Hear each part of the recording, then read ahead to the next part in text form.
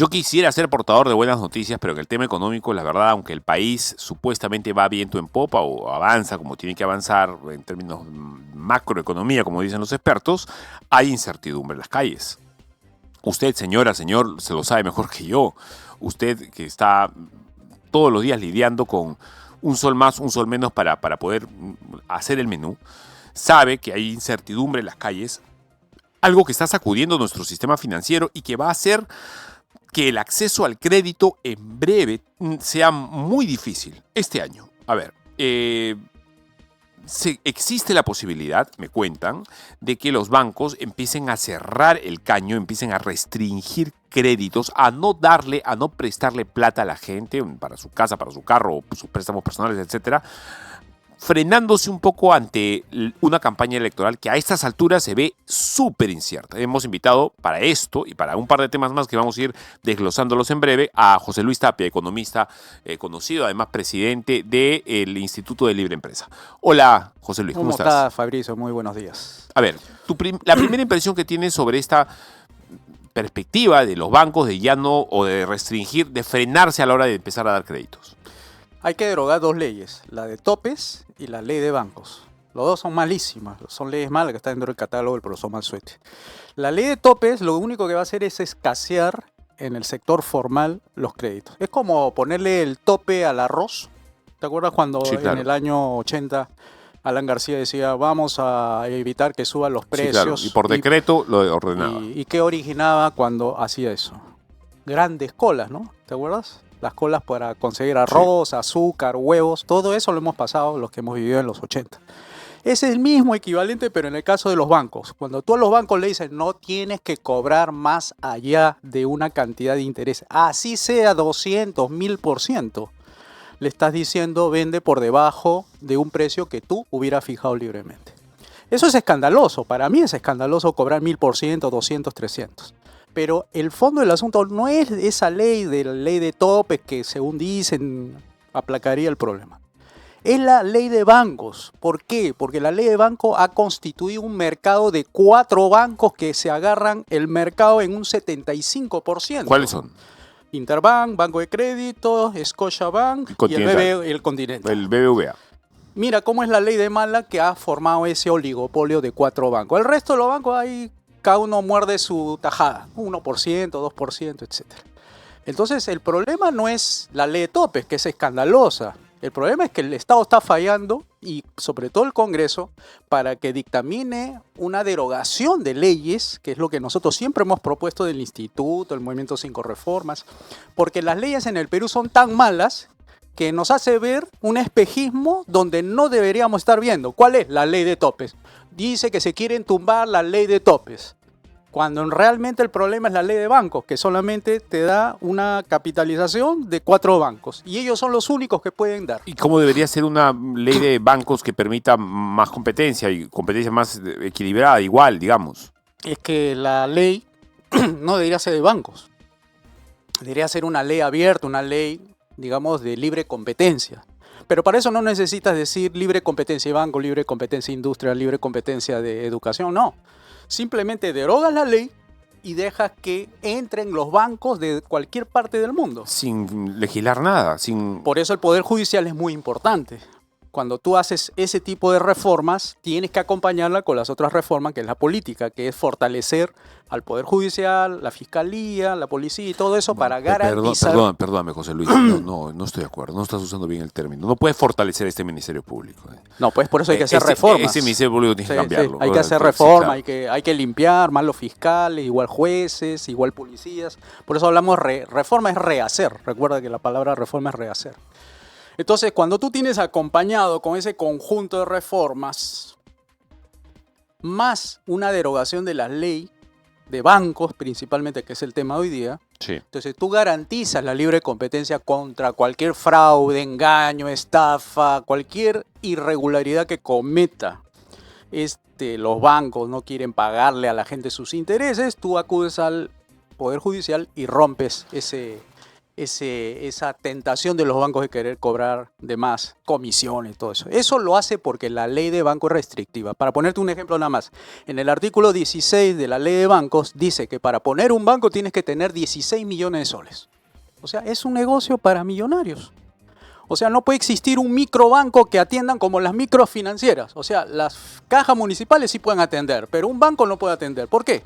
Porque la ley de banco le impide ser microbanco. José Luis, ¿por qué los bancos no quieren dar créditos ante la campaña electoral? ¿Qué cosas están viendo o avisorando que podría ocurrir que se están frenando? Porque le conviene a ellos venderle crédito a sus grupos económicos y a toda empresa mediana y grande. Porque tienen bienes reales, tienen inmuebles, garantías, etcétera, lo cual para fiscalizarlo, para que le paguen, no es difícil. El problema está en que cuando van a los mercaditos esos chiquitos de las microempresas, Al ciudadano de a pie.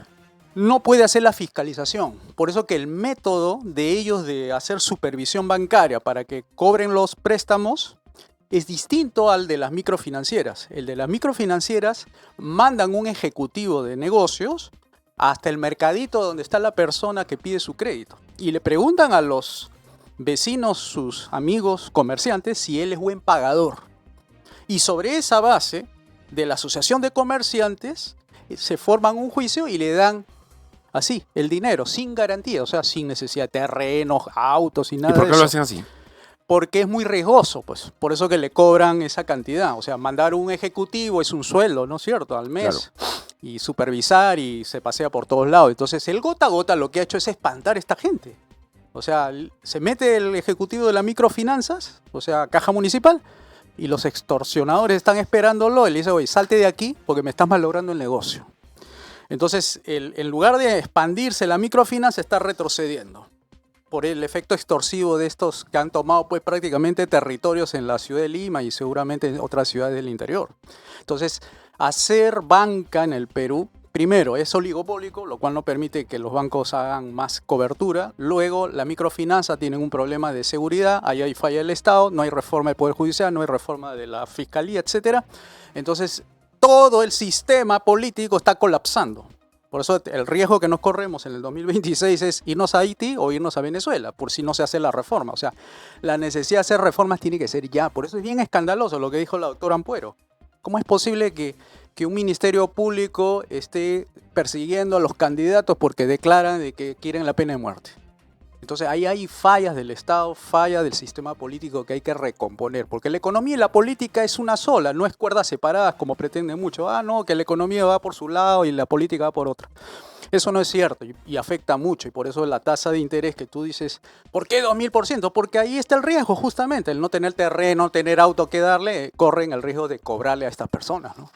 A ver, José Luis, estamos con José Luis Tapia, economista, presidente del Instituto de Libre Empresa, ha venido a hablar con nosotros de varios temas que son interesantes en el tema económico. Los congresistas, o hay algunos congresistas, en realidad para ser más exacto, quieren tumbarse la ley contra usura de bancos y pretenden, o por lo menos por lo que dice Expreso, revivir intereses de hasta el 200% para esquilmar, dicen a los peruanos. Es una derogatoria que tendría, dicen algunos expertos, un impacto devastador en el Perú. No, no es cierto. ¿Qué piensas tú? A ver. No, no es cierto. No, acá los señores congresistas lo que tienen que hacer es derogar la ley de bancos. Si quieren que haya libre competencia y baje las tasas de interés, tiene que haber más competencia. Y eso es lo que no quieren hacer. A ver, que se tumbe la ley de bancos. A ver, quisiera ver si por ahí habrá algún congresista que lance la propuesta de derogar la ley de bancos, la 26702. Bueno, hay que hablarle a los liberales clásicos que están ahí. Seguramente el señor Cabero, la señora Tudela. Seguramente tendrá que hacer algo al respecto. Podrían si no hace recoger nada, es que algo de miedo debe tener. Porque... esa impresión, porque es verdad, si tú quieres que la situación mejore para la gente, promueve más competencia. Mira, Panamá. ¿Cómo es posible que una economía de 4 millones de habitantes tenga 62 bancos? Y nosotros que tenemos 30 millones tenemos apenas 18. 35. ¿Mm? 35 Sí, millones. 35 millones. ¿Cómo es? A ver, ¿cómo te explica? ¿Por qué Panamá, siendo una economía tan pequeña, tiene 3 veces, 4 veces más bancos que nosotros? Eso es por ley. La ley es proteccionista. Es una ley que impide la libre competencia. Así como la ley industria también, la ley agroexportadora también hay leyes que no permiten la libre competencia. Entonces están apuntando mal los congresistas. No es la ley de topes lo que hay que derogar. Hay que derogar la ley de banca, la ley de AFPs, la ley de industria, la ley de pesquería, la ley de agricultura, porque todas esas leyes lo que hacen es formar oligopolios, privilegios, pocos se llenan de mucho dinero y muchos ganan poco. Entonces hay que abrir el mercado. Lo que hace el Perú lo que hace falta es libre mercado. Eso es lo que hace falta, y libre mercado significa libre competencia, y la libre competencia no hay que poner leyes que digan libre competencia, simplemente deroga las leyes. A ver, me has traído tú el día de hoy una noticia. Yo no estaba enterado de esto, pero me parece interesante. Habla de un shock desregulatorio en Perú. Me dices que el gobierno ha oficializado un primer, ¿cómo diría? Paquete de medidas. Hasta le ha puesto un nombre bien chistoso, apagón normativo le han puesto. Ok, de shock desregulatorio que busca, digamos, no sé si atacar la sobreregulación, el exceso de la tramitología, ¿verdad? Es correcto. Que hace que el país sea menos competitivo para algunos, menos productivo, etcétera. Esto suena bien. Suena bien, pero le hace cosquilla al sistema. A ver, primero, ¿qué tipo de medidas son las que supuestamente van a ser desreguladas? Las que están bajo el Poder Ejecutivo. O sea, no va a derogar leyes. Lo que va a derogar son decretos supremos, resoluciones ministeriales, viceministeriales, procedimientos administrativos, Ya, por optimización. ejemplo, ¿qué cosas? Para que la gente lo entienda. Objetivamente, ¿qué? Por ejemplo, le dicen, la municipalidad debe eliminar barreras de entrada. Por ejemplo, quieres poner un jardín, un nido, quieres poner un comercio, una bodega, y te pide 2, 3, 5 papeles, cuando eso debería ser 1.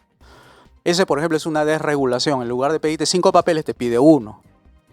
Por otro lado, si no es por las barreras de municipalidad, puedes encontrar barreras, por ejemplo, a ver, yo quiero poner un grifo. No, tengo que tener estudio de impacto ambiental con 60 días de vigencia, y sobre eso se tiene que pronunciar el Ministerio de Energía y Minas, o el Ministerio de Industria, o el de Producción, para luego aprobarla. Ya, apagón ahí. O sea, no aplicas la ley según lo que dice los estándares de cada ministerio. Ya, pero ¿por qué dices que esto le va a hacer cosquillas nada más al problema? Porque cuando yo he visto la tabla, cuando dice cuáles son el número de leyes que ellos van a ir al Congreso, son en total creo que 68.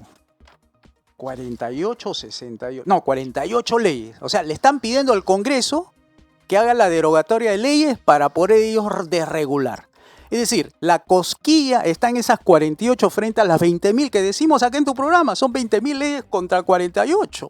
O sea, es una cosquilla porque sabemos que el Poder Ejecutivo no legisla. El Poder Ejecutivo no deroga. El Poder Ejecutivo a lo más puede vetar una ley. Pero el que realmente tiene el poder de convertir al Perú en potencia mundial no es el presidente de la República, es el Congreso. ¿Por qué? Porque ellos tienen el poder de dar las leyes. ¿No está haciendo acaso el ministro de Salardi, no está acudiendo al Congreso, no está regulando las normas porque son las que justamente traban el libre accionar de las personas? Oye, pero igual, así sea poquito, esto es un avance, ¿no? Por eso la razón de que te digo, le hace cosquilla. Ahora, imagínate hacer un paquete pues desregulatorio total de la economía. No estaríamos hablando, fíjate, mira los sectores que está en estos momentos desregulando, ¿ah? Transporte, pesca, minería, construcción, comercio, telecomunicación, hidrocarburos, energía, agrario, puertos, salud. Se olvidaron la educación. Tan importante la educación no está acá. ¿Acaso son solamente esta cantidad de actividades económicas? Hay muchas más. ¿Por qué han privilegiado a este grupo? ¿Por qué no han incluido educación ahí? Por ejemplo, ahí tú te das cuenta, banca, a ver, banca. Buscas banca y no está banca. O sea, ¿cómo pretenden que las tasas de interés bajen si el ministro Salardi no está haciendo nada contra la banca para que haya libre competencia? ¿No? Que tanto se quejan que la tasa de interés, mire, ahí está el Ministerio de Economía, debería estar dictando una medida desregulatoria bancaria, incluso de AFPs, pero no lo hacen. A ver, se trata de un bloque, un primer grupo, sí, de 402 medidas que el gobierno, el Ejecutivo está impulsando de que se acaben, ¿verdad? De que se desregulen. 42 son para promover inversiones, 186 para eliminar barreras burocráticas, ¿okay? No me suena mal eso. Ajá. 53 para optimizar procedimientos administrativos, por favor. 26 para optimizar plazos, 21 para fortalecimiento institucional, no sé qué significa eso, no sé cómo haces más fuerte el Ministerio de la Mujer, ojalá que lo hagas menos fuerte más bien. Sí. Mejora, o el Ministerio de Inclusión Social, que sirve para darle plata a los pobres, o incluso a progres, perdón, no pobres. Mejora en aspecto de fiscalización y control, 7. Mejora en aspectos tributarios, 24. Y eliminación o optimización de procesos. Ya ves. ¿Qué cosa es entonces lo que se necesitaría? ¿Un shock todavía mayor? Por supuesto. ¿Un mega shock de desregulación? Te pongo el paralelo en Argentina. En Argentina han creado el Ministerio de la Desregulación. Ya con Federico Schutzenegger se llama el señor este. ¿Por qué hasta ahora no hay reformas estructurales en Argentina para que Argentina se convierta en un polo de desarrollo y sea pues un foco de atracción de inversión y lleguen los dólares así de manera automática? Porque lo que no ha hecho Milei era tener una bancada poderosa que desregule la economía derogando las leyes que el Congreso la puede manejar. Solamente, ¿qué está haciendo? Lo que está bajo la paraguas del Poder Ejecutivo. Es decir, lo que yo puedo derogar, ¿qué es? Lo que mi ministerio ha legislado. Pero yo no puedo derogar lo que el Congreso ha legislado. Y esa es la más importante, no las administrativas. Por eso que las palabras que emplean aquí, fíjate, mira, palabras, ¿no? En el cuadrito este que dice optimización de procedimientos administrativos, eliminación de barreras burocráticas, 186, fortalecimiento 21. O sea, no encuentras derogación de leyes, que ese es el, digamos, de la Constitución. Tú sabes la jerarquía de Hans Kelsen, ¿no? Dice, claro. De la Constitución vienen las leyes orgánicas viene la constitucional viene las de los decretos supremos, etcétera. Tiene una jerarquía. Si tú quitas la cúspide, quitas la ley, se cae todo el triángulo que está debajo de eso. O sea, es como agarrar a la cabeza del terrorismo, ¿no? Agarras a la cabeza del terrorismo, se desarma todo el organigrama que hay detrás de ese señor. Igual es en la ley. Tú quitas la ley y se desarma todas las leyes, resoluciones ministeriales, toda la burocracia encima, todo se cae. Sí, claro. Entonces, por eso necesitamos de regular por el lado de la ley. Por eso el ministro Salardi hace una cosquillita al Congreso y le pide solamente 48 leyes, cuando la economía no necesita 48, necesita miles de leyes. Y eso lo puede hacer el Congreso con una bancada poderosa del mismo Ejecutivo que tenga su bancada para que haga la deslegislación. Eso se llama derogación de las leyes malas, que es lo que impide que la economía arranque. Ahorita está aguantado. ¿Por qué? Por toda esta maraña burocrática que apenas va a optimizar, eliminar barreras burocráticas, que está bien, no digo que está mal, pero está bien orientado.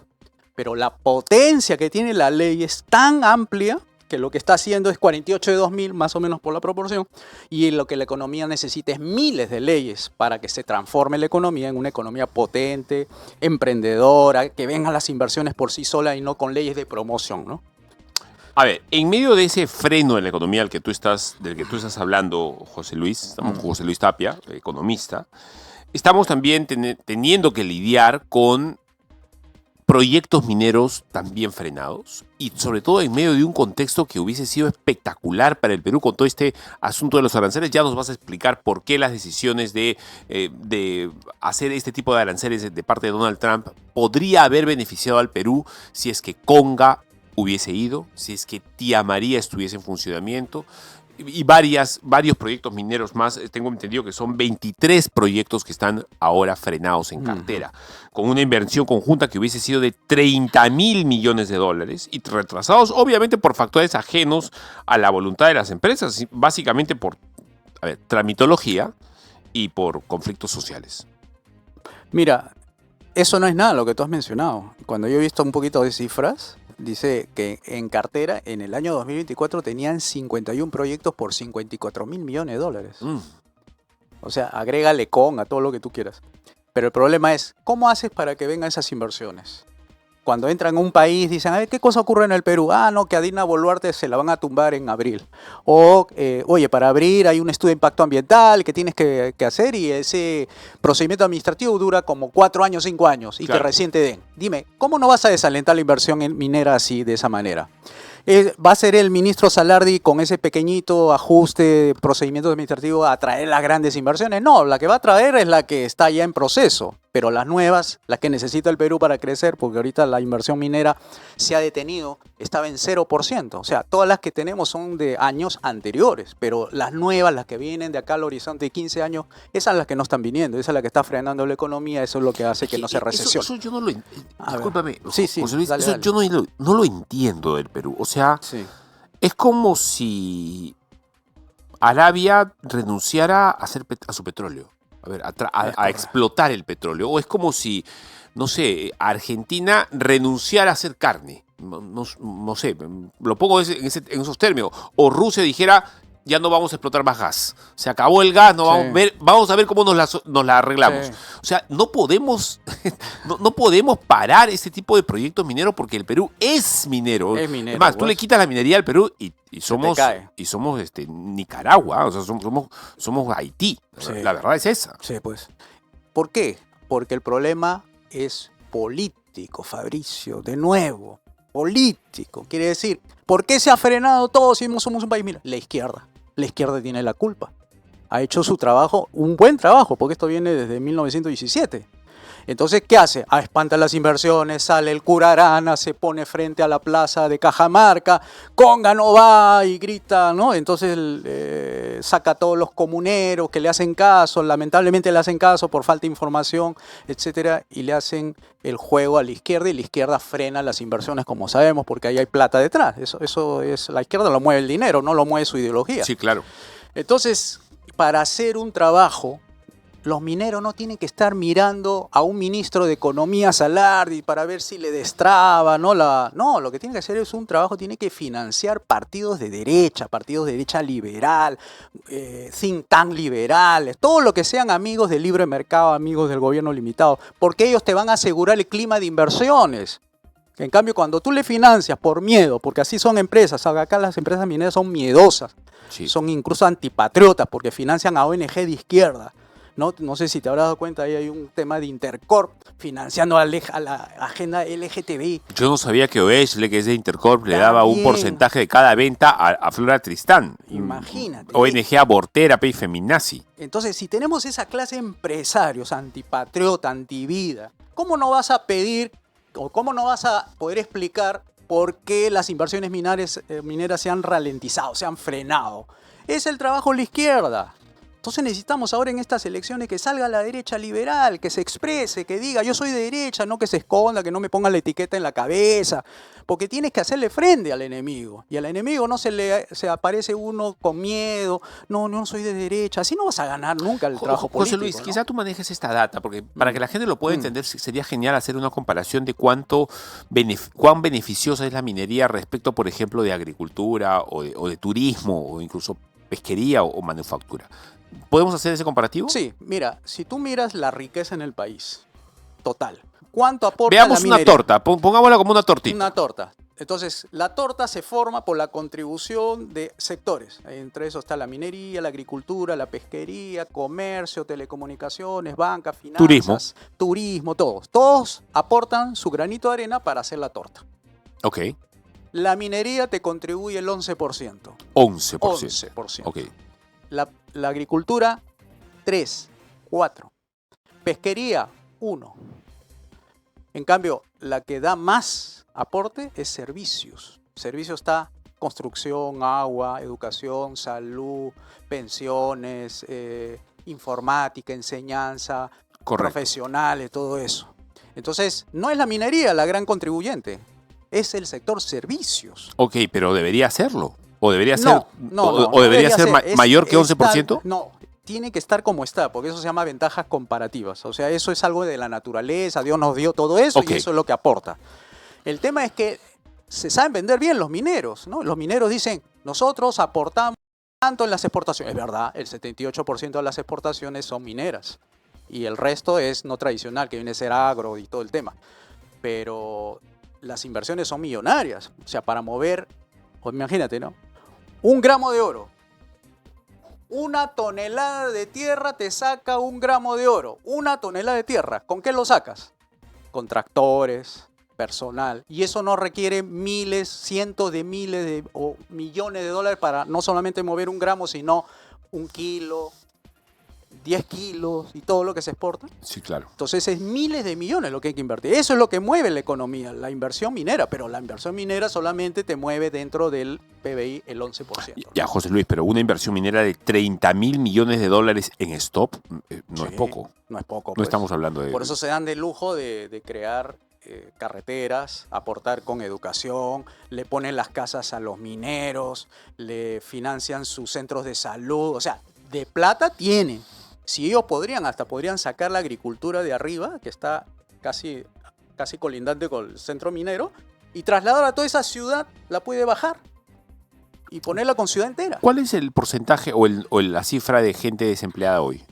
Es más o menos entre el 7 y 8% del empleo formal. Es decir, en número, ¿cuánta gente es? Vendría a ser 16 millones, el 7% de 16 millones. ¿Cuánto es eso? Vendría a ser más o menos el 10%, 16, 1.600.000, más o menos 800.000 más o menos. 800.000 personas hoy están desempleadas. Formales. Porque mira, o sea, lo que me da la producción en cuanto a información es que si se destrabaran estos por lo menos 23 proyectos de los que consta la información que me han dado, proyectos mineros en cartera, esto crearía al menos 2 millones de empleos. Sí, es correcto. A lo largo del tiempo. A lo largo del tiempo. Claro. O sea, podríamos tener casi nada de gente desempleada. Para que tengas idea, ¿cuántos empleos se necesita para que los jóvenes no estén pateando lata? Se necesita más o menos 400.000 o medio millón de empleos anuales. Uh-huh. Sí, claro. O sea, necesitas para que no haya ninis. Exacto, para que haya gente empleada. Porque ni estudia ni trabaja los niños. ¿No? Entonces no están ahí sin hacer nada. Entonces necesitas medio millón. Y los desempleados que hemos mencionado y la informalidad laboral, ¿te acuerdas que estamos hablando de 16 millones? Vamos a lanzarnos a Palacio, entonces, vamos a arreglar este país. Tú conoces ya cuál es el programa de las 5 reformas liberales. Yo estoy de acuerdo con las... Claro, porque lo que hace es separar al Estado de la educación, pero separar al Estado de la salud. Yo siempre te lo he dicho, José Luis. Sí. Ya me vas a poner tu cara de serio ya con lo que te voy a decir. Los liberales clásicos, con los que yo soy muy de acuerdo, porque se parecen ustedes mucho, casi son iguales que los puritanos ingleses. A mí me encantan los puritanos ingleses, claro, me parecen geniales. Sí. Tienen que ponerse de acuerdo entre ustedes, pues. No se pueden andar peleando. Liderazgo, es liderazgo. No se pueden andar discutiendo. Es como que por eso una casa dividida contra sí misma no prevalecerá, dijo el Señor Jesús. Y algo creo que sabía el Señor Jesús de este tipo de cosas. Sí, no pueden andar discutiendo. No sé si tiene que aparecer una figura que congregue en torno a sí. Si Dios nos mira y nos portamos bien, va a aparecer. Espero que sí. Yo espero que de verdad haya un hombre que sea conservador, como lo es, porque el conservadurismo no es una ideología, es una perspectiva de vida que se dé cuenta de que necesitamos un Estado fuerte en lo que tiene que hacer el Estado, ¿no? Exacto. El Estado tiene que ser fuerte, tiene que hacer justicia. A ver, tiene que arreglar este problema. En todos los rincones de la patria, en justicia, seguridad y obras públicas. O sea, un colegio, el niño sale, tiene que estar el Estado ahí en la vereda esperando lo que el niño pase y que se lo lleve su mamá. Ese es el Estado. A ver. No metiéndose al Ministerio de Educación a decirle, señor, usted tiene que aprender como al maestro, ¿no? Usted tiene que aprender cómo enseñarle. Terminamos con esto. Un Estado, tú me dices, yo creo que el Estado debería no dar la educación, pero sí debería pagarla. Y no sé si debería pagarla por un tiempito. ¿A quién? ¿A los pobres o a los ricos? El día que esté sentado en Palacio ya veré los números. No, pero sería injusto pagarle a alguien que puede pagar. Y eso es lo que está pasando con la educación. ¿Tú crees que de los 9 millones matriculados actualmente... El problema es cómo sabes quiénes no son y quiénes son. ¿Y cómo saben las universidades a quién tiene que cobrar y a quién no? ¿Acaso no hacen un trabajo de asistencia social? Tienen que irse a la casa a mirar si es que realmente son pobres. Eso tiene que hacer el Estado. Pero lo que pasa es que si quieres hacer política, José Luis, o si mis amigos liberales clásicos quieren hacer política y quieren de cuajo quitar la gratuidad de la enseñanza, como bien se dice... Nosotros tenemos la propuesta de los vouchers. Políticamente eso va a ser... Tú sabes que la propuesta de los vouchers es darle la educación pagada. Pero es por un tiempo, no es para siempre. Hasta que sean ricos. Porque ¿de qué sirve mantenerlos siempre dependientes del Estado? Para eso se hace la reforma económica, para darle ingresos, porque tú con ingresos resuelves los problemas de la gente. Si la gente ganara 10.000 como promedio mensual, ya tendría resuelto su problema de pagar la educación, no necesitaría del Estado. Necesitamos justamente separar al Estado de la economía para que cualquier sujeto que quiera trabajar y ganar 10.000 lo pueda hacer. O no ocurre en otros países del mundo que ganan $120.000 al año como promedio. Vente la próxima semana para hablar del rol del Estado. Ya. y te pongo un rojo acá para hacer un debate. Ya, pómelo nomás. Que es buen amigo mío, se llama Raúl Noblecilla. No sé si lo conoces. Ya, sí, el señor sí lo Ok, conozco, sí, sí. hagamos un debate sobre el rol del Estado. A ver, ¿para Ya. qué sirve el Estado? Ya. Tú me dices que el Estado sirve solamente para dar Justicia, seguridad y justicia, obras públicas. seguridad y hacer obras obra, públicas. puente, carretera, etc. Ah, sí, es correcto. Nada, ni educación ni salud. No. Interesante. Seguramente mi buen amigo Raúl Él va a Noblecilla va a decir todo pensar lo diferente. contrario, pues, obviamente. Hagamos un debate la próxima semana. Ya me avisa, sí, No te con vayas a tiempo. correr, ¿ah? No. Es parte de la docencia política. Hay que Correcto. enseñar a la gente, ¿no? Me parece espectacular. Ya. Te tomo la palabra y la próxima semana Ya, hacemos un ya, debate ya. sobre el tema. Cuando Bien, guste. vamos a una... Muchas gracias, José Luis. De nada, Fabricio. Muchas Siempre, gracias a ti. sabes que yo siempre te tengo aprecio y además gracias. aprendo siempre mucho. He aprendido mucho de ti, aunque Muchas no te lo he gracias. dicho nunca. Yo te miro bastante y creo que tienes mucha razón en muchas de las cosas que estás Obra de defendiendo. Dios, no es mía.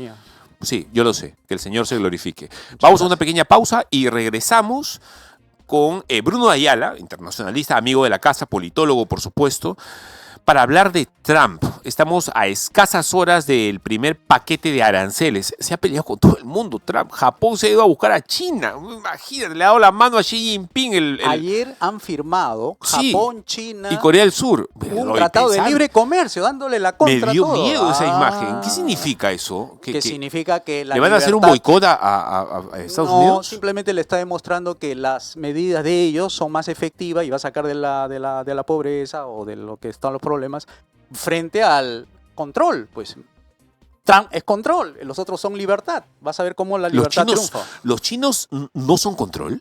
No, son libertad económica. No te hablo en términos económicos. No, ese es partido único. Pero tú sabes que dentro del partido hay competencia. No es como es la democracia Tú interna. no puedes disentir en China de nadie. No, Tú hablas pero mal hay y te partido. malograste la vida. Hay competencia entre facciones y ahí aspiran a la máxima, a ser secretario general, ¿no? Del partido. Sí, en China Es otro tipo el de control, además, es mucho, ahí tiene que ver, es otro pensamiento. No es Sí. el pensamiento judeocristiano de Occidente, No, ese es es pensamiento Confucio. Ese es Confucio, el Lao hombre, Tse, el hombre como sí, parte sí, de la sí. estructura, digamos. Sí, eran muy cerrados hacia Sí. adentro. Eran, Interesante, sí. China. Sí, Vamos a hablar sí, de eso, sí. pero no te me vas a correr. La próxima semana vas a debatir con Raúl Noblecilla. Lo voy a llamar ahora. Ya, ok, Dios te gracias. bendiga. Vamos a una pequeña Muchas pausa y regresamos con Bruno de Ayala.